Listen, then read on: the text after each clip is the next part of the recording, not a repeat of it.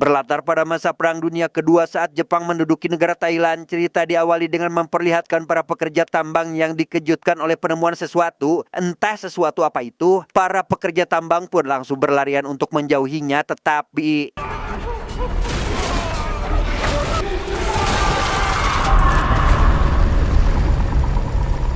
entah makhluk apa itu dan bagaimana nasib para pekerja tambang, adegan pun beralih ke sebuah desa saat tentara Jepang sedang melakukan pembantaian. Bukan tanpa alasan, warga di sana menolak ikut kerja paksa dalam proyek pembangunan rel kereta api.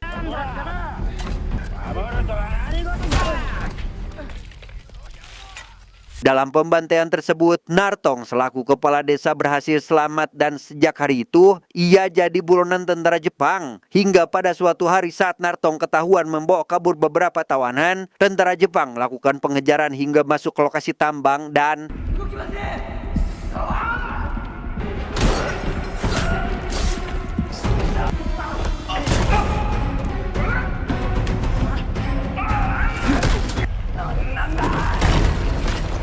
ya, muncul seekor kelabang raksasa yang sempat muncul di awal film tadi. Beda dari kelabang pada umumnya, kelabang satu ini memiliki rupa seperti monster dan doyan memakan makhluk hidup. Atas hilangnya beberapa tentara dan para tawanan, Bapak Komandan pun memarahi sersan bernama Akira selaku penanggung jawab di wilayah tersebut. Tidak hanya itu saja, Pak Komandan juga meminta Akira untuk mencarikan lebih banyak pekerja demi mempercepat pembangunan rel kereta api. ですが、彼らすぐに休憩時間。休憩などいらん。変わったな。了解しました。 Akira pun menemui seorang pria lokal bernama Boncu untuk meminta bantuannya terkait masalah uang jalan. Boncu tidak perlu khawatir karena Akira sudah pasti akan membayarnya. แต่มันต้องใช้เงินเพิ่มนะครับฝากไว้นะเป็นชื่อสาวคิดดีครับพี่ส้ม Dan kisah akan berfokus pada seorang gadis lokal bernama Sanor yang saat ini dibawa oleh tentara Jepang atas perintah dari Pak Komandan, bukan untuk dipekerjakan dalam proyek pembangunan rel kereta api, melainkan untuk dijadikan pemuas nafsu.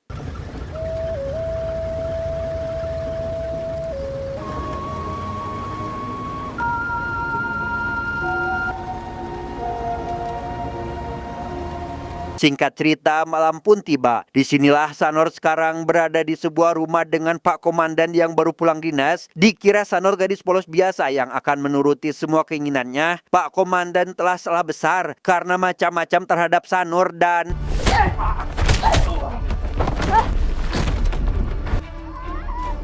dengan memanfaatkan perabotan yang ada di sekitar, Sanor menghajar Pak Komandan sampai-sampai membuatnya emosi. Sadar bahwa Sanor bukanlah gadis sembarangan, Pak Komandan pun langsung mengeluarkan katana miliknya untuk menghabisi Sanor, tetapi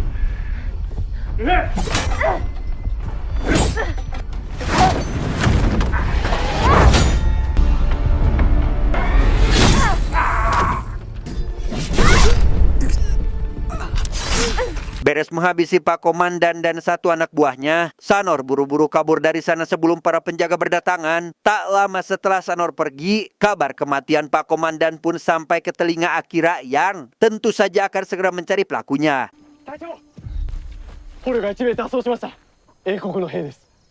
Sanor sendiri kini sudah cukup jauh meninggalkan lokasi dan tak sengaja bertemu dengan Boncu. Sempat mengira dirinya akan dihabisi. Boncu yang ternyata telah memilih berkhianat dari pihak Jepang pun bermaksud kabur dengan membawa seorang tawanan asal Inggris. Karena memiliki tujuan sama, yaitu ingin mencari tempat aman sampai perang berakhir, mereka sepakat pergi bersama dengan Sanor sebagai pemandu jalan. Hingga di keesokan paginya saat Sanor CS tiba di pinggir sungai, di sana ada teman Sanor yang sudah menyiapkan perahu, tapi tiba-tiba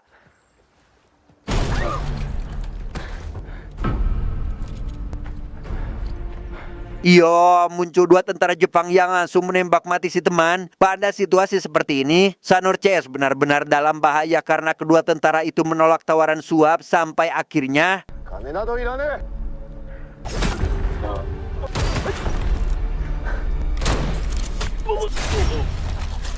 Beruntung dua warga lokal datang membantu sehingga Sanur memiliki kesempatan untuk menghabisi tentara yang tersisa. Sempat terjadi ketegangan karena mengira Boncu masih bekerja untuk pihak Jepang. Salah satu warga sok jagoan bernama kita panggil saja Samsul pun akhirnya mengerti setelah diberi penjelasan dan memutuskan untuk ikut dengan mereka.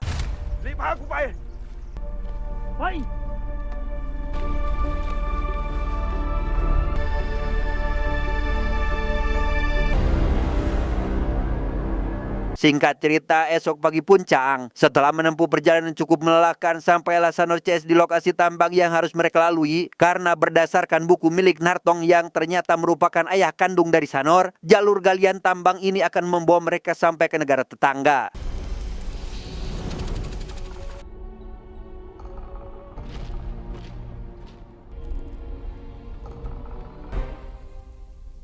Sementara yang lain beristirahat, Sanur membersihkan diri di sebuah lorong gelap yang terdapat genangan air. Sempat terjadi ketegangan dengan Samsul yang jelalatan. Masalah pun kembali muncul karena Akira dan rombongannya datang ke sana sehingga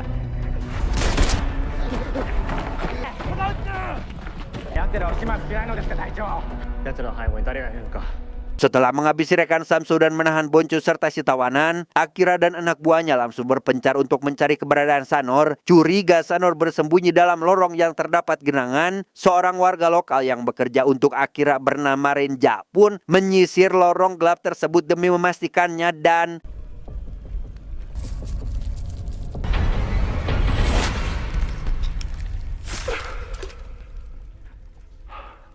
beruntung Renja tidak membocorkan keberadaan Sanur karena ternyata berasal dari desa yang sama. Percaya dengan pengakuan Renja, Akira melanjutkan pencarian dengan membagi dua tim untuk mempercepat pencarian dan menangkap Sanur.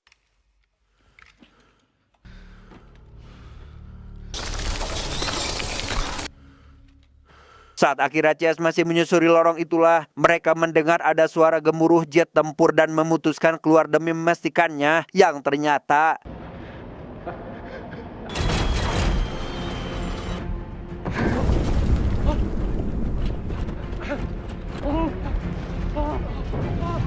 ya, itu adalah jet tempur milik tentara Inggris yang datang untuk menghancurkan pangkalan militer Jepang. Di tengah situasi seperti ini, Akira CS harus dibuat panik karena jadi target incaran selanjutnya sehingga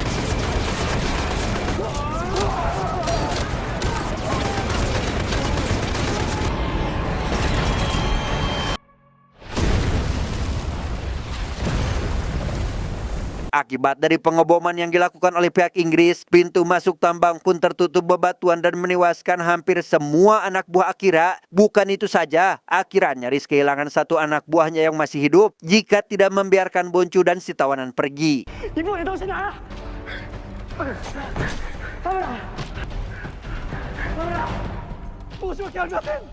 Kembali pada Sanur yang sudah lebih dulu menyusuri lorong tambang, ia tidak sendirian karena ditemani oleh Renja yang memutuskan ikut dengannya. Saat sedang melihat peta dari buku itulah, datang Samsul yang sekonyong-konyong menenteng senjata api sehingga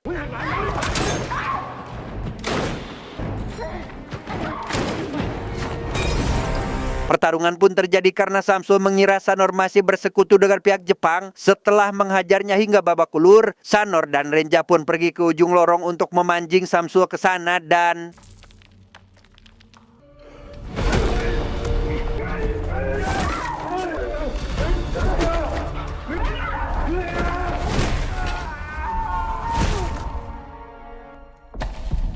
beres menjatuhkan Samsul, Sanur baru sadar kalung peluitnya telah hilang dan curiga jika kalung tersebut ikut jatuh bersama Samsul. Menggunakan tali bekas para pekerja tambang, Renja pun memutuskan turun untuk mencarikannya.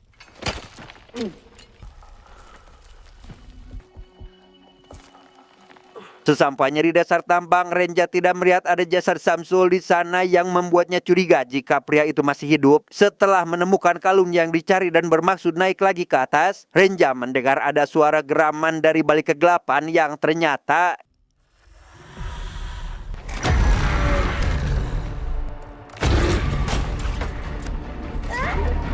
ya, muncul sosok manusia aneh yang seolah ingin memangsa Renja. Di tengah ketegangan tersebut, Renja menyadari satu hal bahwa sosok itu adalah mayat hidup yang dikendalikan oleh seekor kelabang.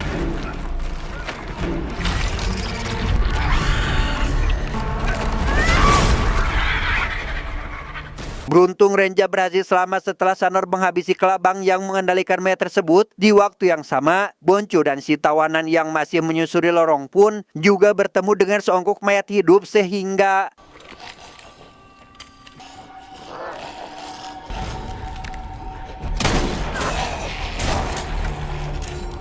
karena senjata api tidak mempan terhadap mayat hidup, si tawanan pun menggunakan minyak tanah untuk membakarnya. Meski cara itu ampuh untuk menumbangkan si mayat, mereka tidak sadar bahwa kelabang dalam tubuhnya masih hidup dan I've never seen anything like that in my life.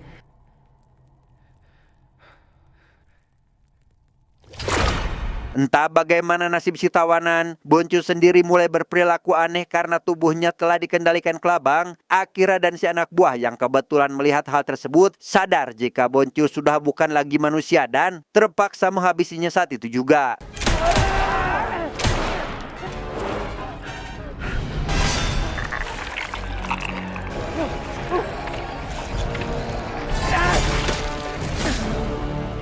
Tidak jauh dari lokasi, Akira menemukan ada semacam kulit kelabang ukuran jumbo dan curiga jika itu adalah bekas pergantian kulit makhluk mitologi bernama Omukade, monster kelabang raksasa pemakan segalanya. Makhluk tersebut suka bersembunyi dalam tubuh hewan bahkan manusia, seperti yang baru saja dialami oleh Boncu. Kembali pada Sanor, setelah momen menegangkan yang dialami, ia pun jujur pada Renja terkait alasan sebenarnya datang ke tempat ini bahwa sang ayah yaitu Nortong telah hilang pasca membawa kabur para tawanan dan Sanor ingin mencarinya karena yakin jika beliau masih hidup. Saat sedang beristirahat itulah, Sanor pun mempertanyakan tentang alasan kenapa Renja berpihak pada Jepang. Bukan tanpa alasan, Renja menjelaskan bahwa Akira sempat menyelamatkannya dari penyakit malaria dan sejak itulah Renja merasa perlu untuk balas budi. 人家ผู้ญี่ปุ่นน่าเกินไป Karena situasinya sudah berubah, Renja meyakinkan jika kini dirinya ada di pihak Sanor dan sudah kembali menjadi warga Thailand. Mendengar suara seseorang sedang menuju ke arah mereka, Renja meminta Sanor untuk menunggu, sedangkan dirinya akan pergi untuk memeriksa. レンジャー待ってください隊長 Ternyata itu adalah Akira dan si anak buah yang masih luntang-lantung mencari jalan keluar. Demi menyelamatkan Sanor, Renja mengajak mereka menyusuri lorong lain agar tidak sampai bertemu dengan Sanor.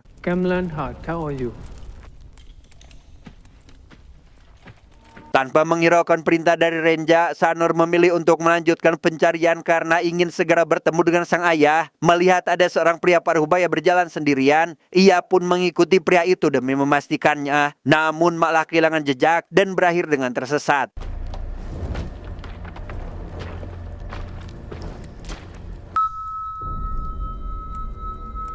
Sanor pun buru-buru meniup fluid berharap sang ayah mendengarnya. Namun alih-alih bertemu, Sanor justru menemukan seonggok jasad dan bertemu lagi dengan si tawanan yang ternyata masih hidup.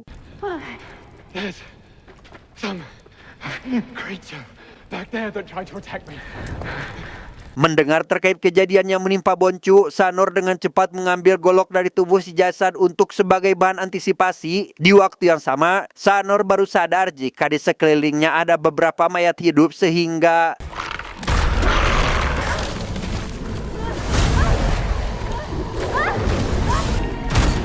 dan ya, ketegangan pun terjadi di mana Sanor dan si tawanan harus berjuang dengan hanya bermodalkan senjata seadanya. Sampai ketika mereka sudah berhasil menghabisi mayat hidup satu persatu, muncul Omukade alias si monster kelabang yang tiba-tiba menyeret Sanor dan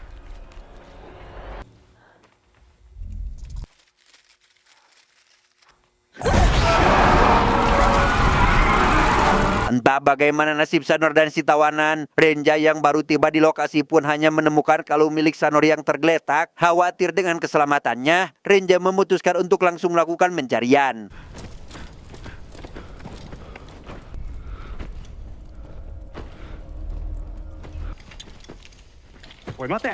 Tidak jauh dari sana, Renja melihat ada tanda-tanda bekas seseorang telah diseret dan curiga jika Sanor ada di sekitar area itu. Namun saat mengikuti jejak darah, ia justru menemukan si pria parubaya yang ternyata adalah Nortong, pria yang sempat dibuntuti oleh Sanor sebelumnya.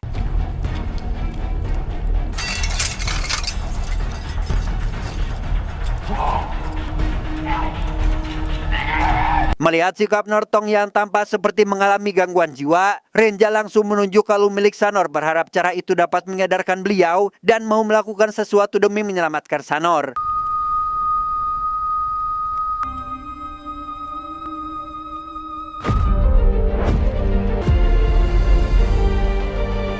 Beruntung cara itu berhasil yang membuat Nortong kembali teringat pada Sanor. Namun yang jadi masalah sekarang adalah Nortong mengamuk saat melihat kehadiran Akira saking bencinya ia terhadap penjajah Jepang.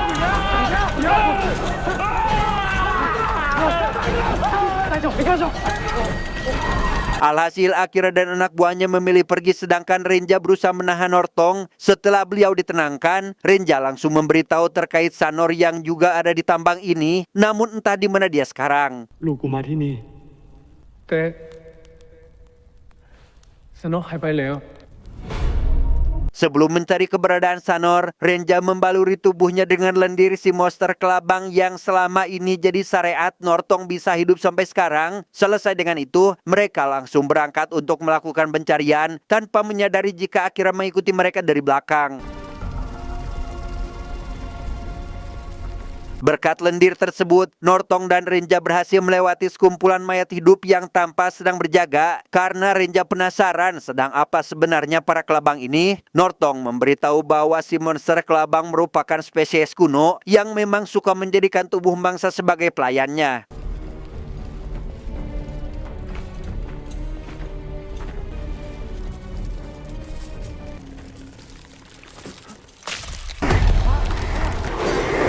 Sementara Akira harus berurusan dengan para mayat hidup, Nortong dan Renja sendiri baru sampai di sarang si monster yang ternyata sebentar lagi akan menetaskan puluhan kelabang muda. Sehingga sebelum itu terjadi, mereka harus mengeluarkan Sanor dan membawanya pergi dari sana.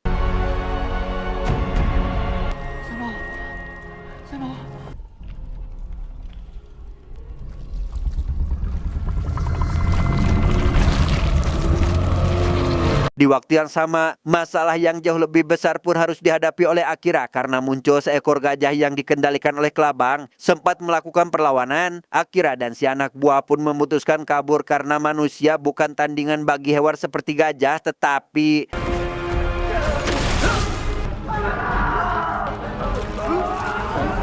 malang bagi si anak buah yang diserang oleh si gajah dengan gadingnya. Ia meminta maaf pada Akira sebagai pesan terakhir karena mereka tidak akan bertemu lagi. Sebelum hilang kesadaran, si anak buah pun mengeluarkan sebuah bom untuk meledakkan dirinya bersama si gajah dan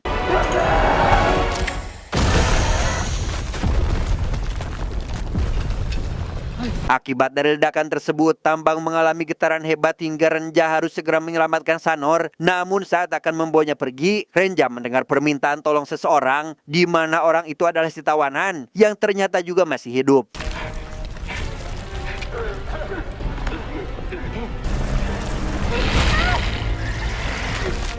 Dan ya, Sanor tiba-tiba diterkam oleh kelabang muda yang menetes lebih cepat. Tidak hanya dialami oleh Sanor, Renja dan si tawanan pun nyaris berakhir jadi mayat hidup jika saja Nortong tidak segera menolong putrinya.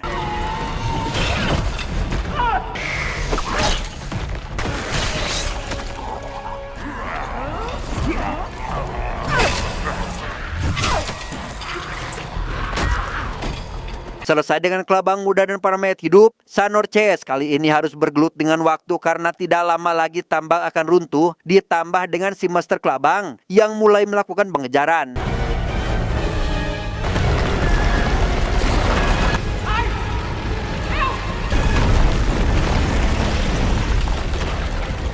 Tepat saat monster kelabang tertimpa reruntuhan dan memotong tubuhnya sendiri, Renja memilih menahan alat penyangga lorong supaya Sanor CS tidak tertimpa reruntuhan. Meski berat meninggalkannya, Sanor akhirnya menuruti perintah Renja dan langsung nyemplung ke dalam air untuk keluar dari tempat itu.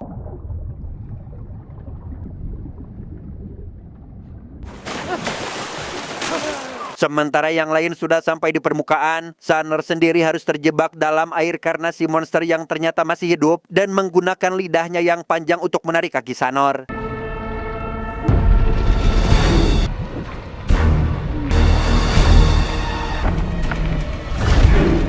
Meski berhasil melepaskan kakinya dari jeratan, Sanor mulai tak sadarkan diri akibat terlalu lama dalam air. Di tengah situasi seperti ini, muncul seseorang yang tidak diduga-duga kemunculannya, yaitu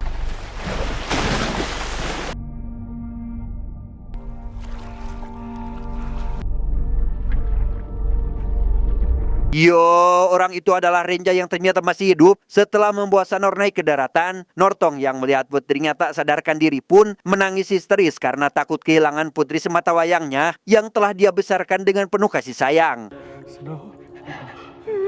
Seno. Seno.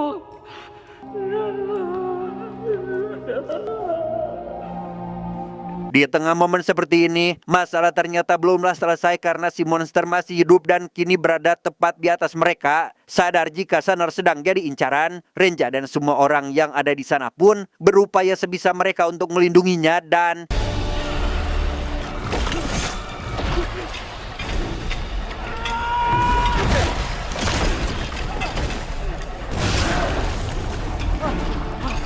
saat si monster akan memangsa Nortong itulah, Sanor telah kembali sadar dari pingsan dan langsung menyerang si monster sampai akhirnya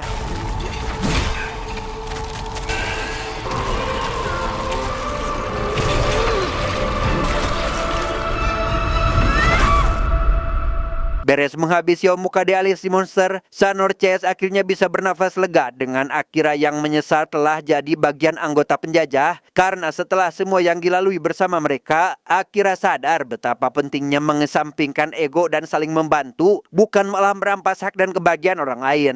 Congratulations, Lieutenant. We're going home. Japan has surrendered. Pada akhirnya kita akan mengetahui identitas asli si tawanan yang ternyata merupakan letnan di kemiliteran Inggris. Mendengar bahwa pihak Jepang sudah mengakui kekalahan, letnan pun jadi senang. Karena itu berarti Perang Dunia Kedua telah berakhir.